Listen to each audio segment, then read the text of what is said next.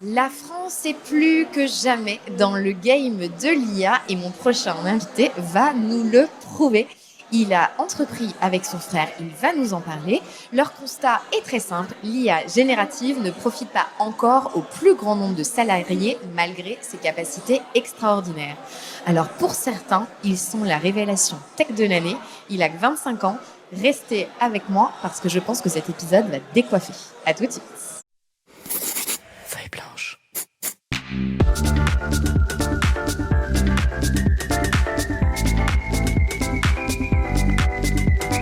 40 nuances de Next. Thibaut de la Grande Rive, tu es le cofondateur de Delos. Exactement. Est-ce que tu peux nous dire en 3 hashtags, 3 mots, 3 phrases, ce que fait Delos? Alors, Delos fait une plateforme qui s'appelle Delos SO, qui vise à être une alternative à Copilot. C'est une équipe d'un peu plus d'une trentaine de membres françaises qui est en train de s'exporter à l'international. Quel a été pour vous le déclic de vous dire allez, on lance? Alors, on travaillait avec mon frère, qui est l'autre cofondateur, depuis quelques temps sur des projets un peu sur le côté. Et en fait, ce qui a tout déclenché, c'est l'arrivée de ChatGPT 3.5. À ce moment-là, on avait tous les deux nos propres responsabilités dans 2 entreprises différentes. Et puis, en fait, on cherchait une excuse qui justifiait le fait de tout laisser derrière et de vraiment franchir le pas de l'entrepreneuriat. Et je me rappelle, c'était le 30 novembre 2022 exactement. Il m'envoie un message, il me dit « Regarde ça, c'est vraiment dingue, il faut que tu testes ».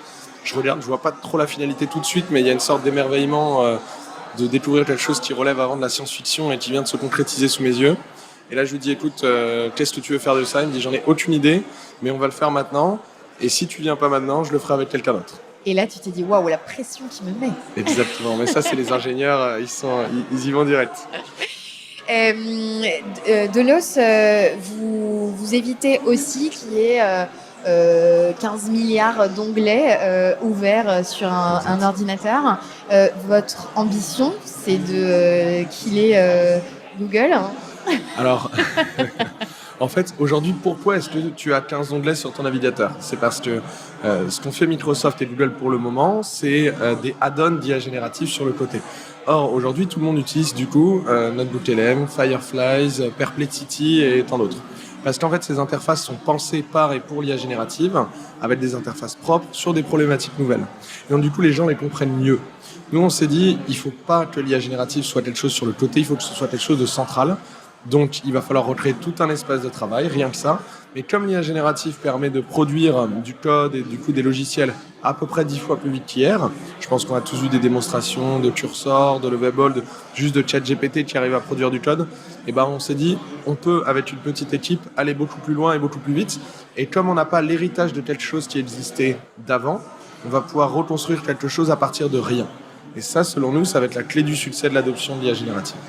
Alors quand on a 25 ans, qu'on a une idée aussi forte et puissante, qu'on se présente devant des investisseurs, des futurs clients, il se passe quoi ? Eh ben, écoute, il se passe 1 an et demi avant que la réalité nous donne raison, ou en tout cas partiellement raison. Si je dois te raconter ça, au début, évidemment, lorsque tu crées une entreprise et que tu n'en as jamais fait, la première chose que tu cherches, c'est des fonds. Parce que c'est très rassurant et parce qu'il faut bien remplir le frigo et qu'au début, le premier client n'est pas si facile que ça à avoir. Donc c'est la première chose qu'on a faite avec Pierre. Et c'est vrai qu'on est arrivé avec ce projet au début.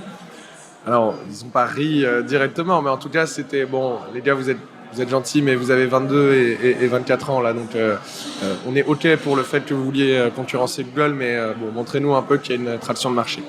Et en fait, assez patiemment, avec Pierre, on a repris les choses. On s'est dit qu'on allait pouvoir faire ça que par nous-mêmes au début, en tout cas construire le projet et montrer que ce projet était réel. On a passé 1 an et demi à travailler là-dessus notamment. On a réussi à travailler avec Allianz, avec Total, la BPCE, toutes ces grandes entités qui nous ont donné leur confiance.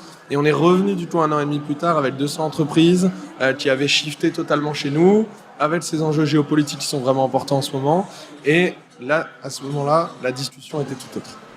La question de la souveraineté des données, ça vous a aidé ?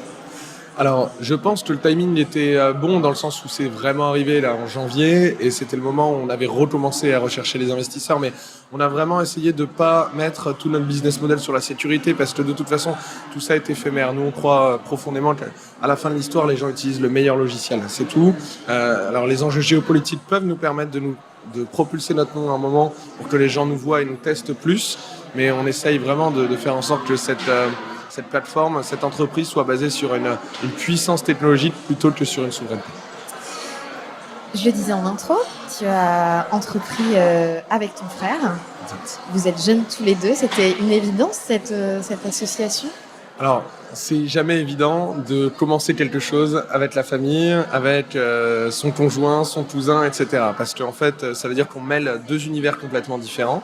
Et c'est quelque chose qui, évidemment, va engendrer des conséquences très positives ou très négatives.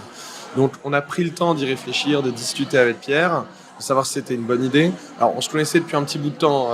Ouais, de fait. Tu connaissais ses défauts, ses qualités. Je connaissais à peu près ses défauts et ses qualités. Beaucoup plus de défauts, beaucoup plus de qualités, que de défauts. Non, mais évidemment, Pierre et moi, en fait, on était très complémentaires. Lui, ça a toujours été le matheux, l'ingénieur de la famille. Moi, j'ai toujours été le vendeur, le commercial. Et en fait, on s'est dit, si on doit reconstruire des choses, parce que l'IA générative va être fondamentalement transformationnelle dans cet écosystème, il faut mêler le pragmatisme terrain avec l'expertise technique. Ça va éviter l'approche laboratoire. On ressort 2 ans après avoir produit le super système qui permet de faire du code Python directement dans l'Excel, chose qu'on a vue il y a 6 mois, qui m'a beaucoup fait rire. Et d'un autre côté, ça permet de concrétiser des idées réelles. Et on pense que c'était le bon mix. Et évidemment, il y a des périodes toujours au début un peu difficiles. Il faut Vous avez fait un pacte d'associés? On a fait un pacte d'associés au début dans le sang, un pacte de sang, qui s'est ensuite formalisé devant la loi. Non, mais évidemment, au début, on a beaucoup parlé en disant, bon écoute, en fait, comme un couple qui a un peu du mal à se parler et qui va voir un témoin extérieur pour apprendre à mieux se parler. Vous avez pris quelqu'un justement pour vous aider à poser les sujets? On s'est presque auto-coaché. On s'est dit, bon écoute, ce que je te propose, c'est que là, moi, je te trouve un peu trop violent quand tu me fais des remarques. Donc, d'abord, tu me dis quelque chose de bien, on se pose, et ensuite... Et en fait, c'est tout bête, mais on rigolait beaucoup de ça, mais on l'a beaucoup fait, et ça nous a beaucoup aidé. Et vos parents, quand vous leur avez annoncé que vous montiez une boîte ensemble? Alors, il y a eu 2 réactions. Il y a eu ma mère, tout de suite l'angoisse, parce que évidemment, on a lancé ça... Vous avez fait des super études, pourquoi vous ne prenez pas un poste?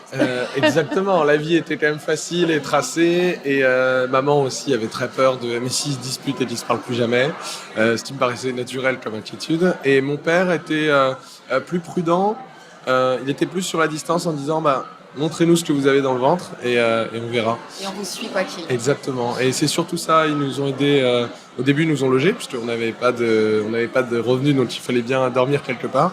Et ensuite, non, c'était surtout. Ouais, ils sont sympas, les parents quand même. Non, mais c'est surtout le soutien émotionnel. Ouais. On a passé une journée nulle.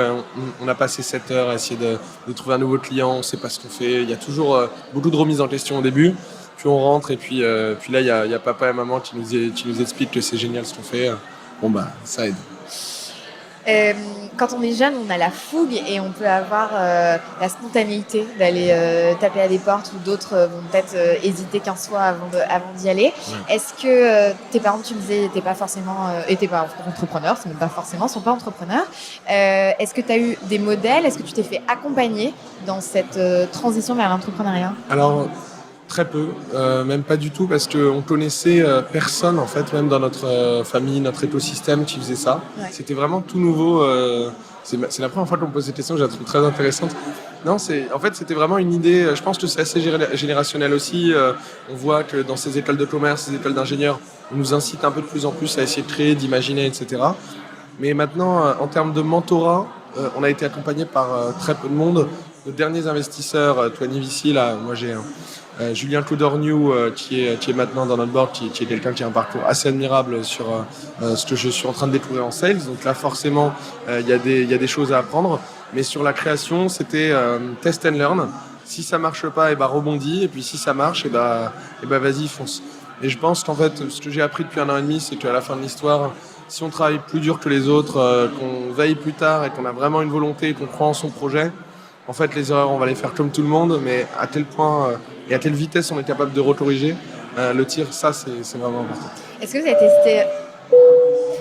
C'est juste pour nous dire qu'on va bientôt atterrir sur la prochaine planète avec notre vaisseau, mais on a encore un petit peu de chemin ensemble.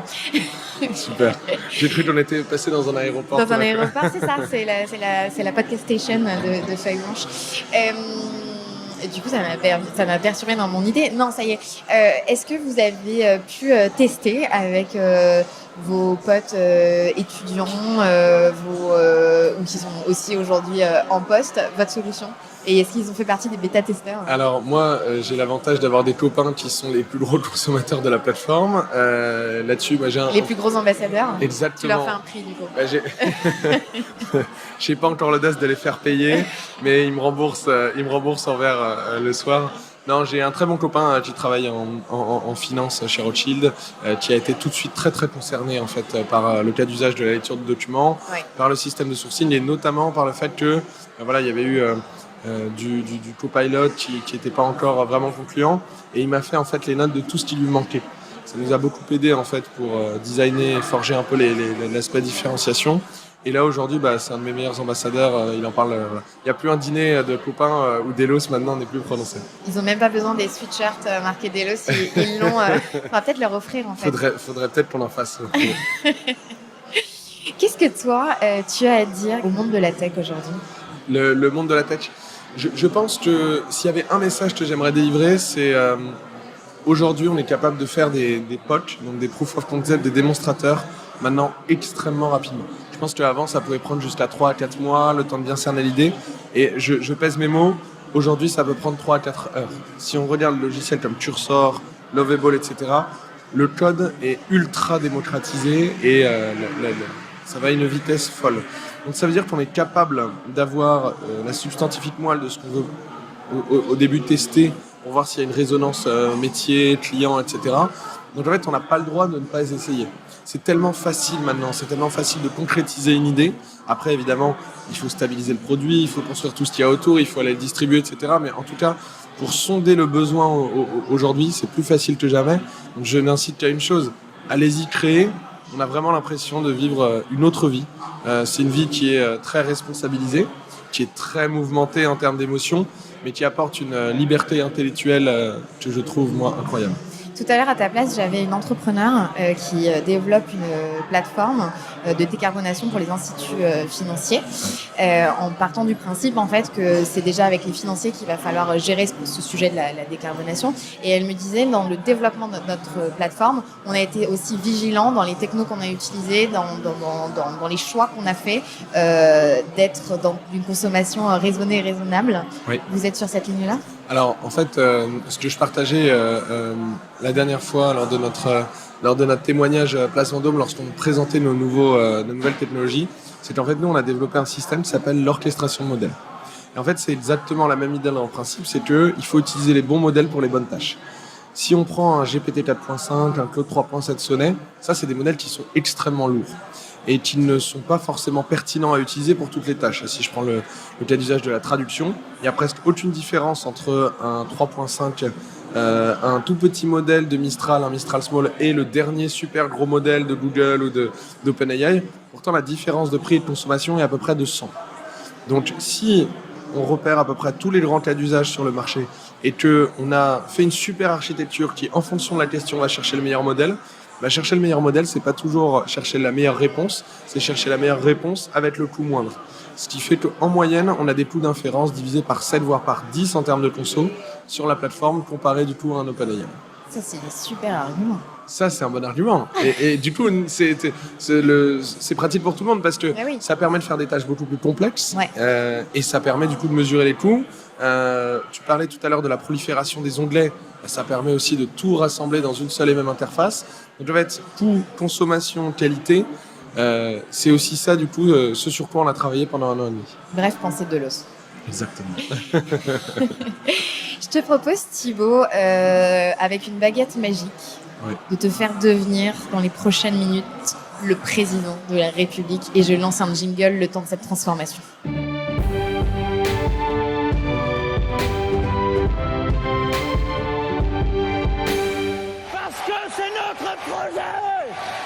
évidemment. Quel est ton projet, Thibaut, si tu étais président de la République? Écoute, moi, 2027 approche à grands pas, il va falloir que je prépare. Et en plus, tu auras mon programme. 27 ans, donc Exactement, tu c'est es parfait. éligible. Et les présidents sont de plus en plus jeunes. On ne On te m'arrête sent plus. étoffe, on te sent On ne étoffe. m'arrête plus. Non, si j'étais président, je pense que je réaxerais l'investissement global français et européen sur l'action plutôt que la régulation. Je trouve qu'à l'heure actuelle, on est en train de vivre une révolution comme il en arrive une fois tous les 30 ans qui va rebattre les cartes de l'ordre mondial, en tout cas sur l'aspect tech, sur qui va dominer économiquement ces aspects-là. On a vu les Américains gérer depuis la bulle Internet, depuis 20 ans, très bien ces enjeux-là. Mais là, pour une fois, on n'est plus sur une question de surinvestissement à coups de milliards, on est sur le fait de reconstruire des habitudes de travail.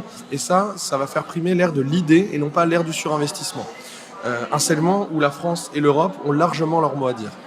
Je pense que si les investissements, on devrait mettre plus de temps et plus d'investissements dans le fait de faire émerger des startups pour favoriser la consolidation des idées et le fait d'en créer du coup des entreprises qui fonctionnent, plutôt que tout de suite avoir ce réflexe un peu habituel chez les Français et les Européens qui est de attendez, avant de construire quoi que ce soit, on va mettre des règles de partout, on va réguler et on va voir comment on utilise ça. Oui, mais le problème, c'est le temps qu'on finisse cette phase-là. Les Américains et les autres parties du monde, comme les Chinois qui s'y mettent très sérieusement, se seront beaucoup moins embarrassés et eux seront beaucoup plus rentrés dans l'action. Et j'ai peur que si on ne soit pas dans l'action, ne soit pas du coup maître des décisions et des débats du coup de demain. Donc être dans l'action et réguler en même temps qu'être dans l'action. Exactement. Et en fait, là-dedans, c'est important d'investir dans les data centers pour la protection de la data, savoir exactement où tout ça va. Mais je pense que c'est aussi très important d'investir dans les SaaS parce que ça produit de l'argent, ça produit de l'économie, ça produit des emplois. Et ça, je pense que ça va être le cœur du coup de l'économie, et en tout cas du secteur tertiaire de demain. Je te propose de décrocher le téléphone qui est devant toi, de le mettre sur ton casque, comme ça marche, et d'écouter le message qui t'est envoyé. Plein d'incertitudes, l'avenir est fait. Trouver l'équilibre, tu devras. Aujourd'hui te préparer, il te faut. Quel nouveau défi affronter, tu devras. Tu l'as reconnu ? Maître Yoda directement au téléphone. Exactement, Maître Yoda en direct du studio Feuille Blanche. Je vais quand même continuer à lui parler. Les prochains défis. Moi, j'ai qu'un rêve, c'est d'aller planter le drapeau de Delos sur la West Coast aux États-Unis pour aller confronter notre produit au métier. Justement, pour revenir un peu sur le début des échanges qu'on avait tout à l'heure, pour montrer que notre produit plaît et est en train de grossir énormément, non pas parce qu'il est français, mais parce qu'il est bon, parce qu'il est technologiquement vraiment avancé, parce qu'il est connecté aux problématiques des gens, donc il est vraiment utilisé. Et je pense que si on arrive à franchir ce pas de, malgré le fait qu'on vienne d'un pays étranger, on arrive à convaincre tout le monde que ce produit est le meilleur, là vraiment on aura tout gagné. Et bien en tout cas, on va vous suivre de près, les deux frères. Mille merci Thibaut d'être passé aujourd'hui. Avec grand plaisir. Merci pour l'invitation surtout. Dans le podcast 40 Nuances de Next. Et quelque chose me dit qu'un format long de 2 heures pourrait arriver bientôt. J'ai plein de choses à raconter, donc je tiendrai 2 heures. Merci à vous de nous avoir suivis en live. Restez connectés. Dans quelques minutes, on poursuit avec une autre nouvelle aventure entrepreneuriale.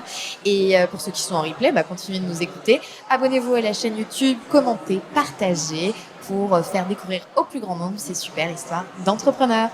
À bientôt. Bye bye. Feuille blanche.